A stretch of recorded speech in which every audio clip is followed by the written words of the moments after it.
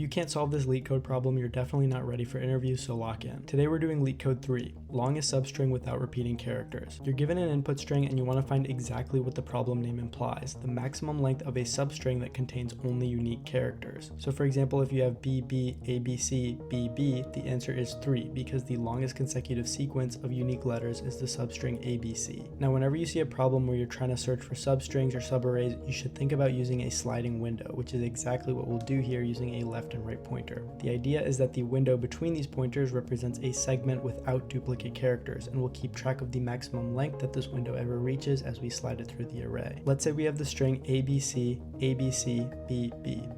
We start with left and right pointers at 0, so right now our window is just the A. Remember, our goal is to make the largest window possible, and we do that by constantly trying to increment the right pointer. We move it to index 1, which is B, making our max length 2, and then C, making our max length 3, but then it hits A, which is a repeating character. Now we can't increment the right pointer any further because remember, the window represents a valid substring. So the question is, how can we adjust the window so that it doesn't contain duplicates while also making sure that we don't skip over solutions? Well, we know that the repeating character is at the right pointer and that there is exactly one other instance of that character somewhere in the window. So the answer is that we move the left pointer past the first instance of the repeating character. In this case, the first instance of the repeating character A is at index 0, so we just shift left over by 1. Now our window is back to being valid. But how do we know where the first instance of that character is without scanning through the window every time?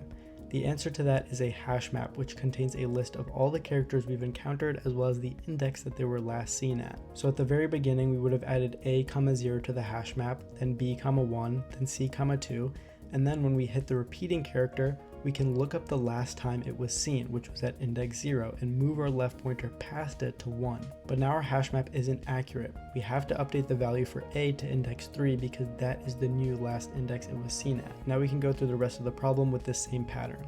We move our right pointer to B, which is a repeating character. So we move the left pointer past the last index B was seen at, which we know to be 1 from our hash map, and our window is back to being valid.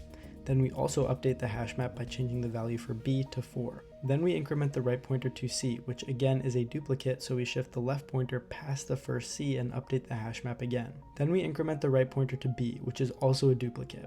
Now our left pointer is at index 3 and the hash map tells us that B was last seen at index 4. So to make our window valid again, we have to shift the left pointer twice over to index 5.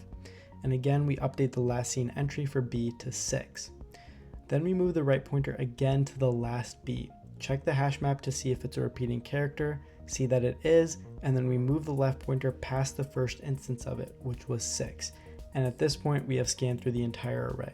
The maximum length of a valid window throughout this entire process was 3, so that's what we return. So as a summary, we initialize a left and right pointer called L and R, as well as a hash map called last seen from characters to integers. Our main loop runs while the right pointer is less than the length of the string, and during every iteration we get the character at that right pointer. If it exists in our last seen hash map, we move the left pointer to the maximum of L and the index the character was last seen at. This basically means that if the character at the right pointer was last seen somewhere within our window, we move the left pointer past the last seen index so that the window becomes valid again. Otherwise, we don't need to do anything. We can just leave the pointer where it's at and the window stays valid. Then we want to update the hash map's key value pair for the character at the right pointer.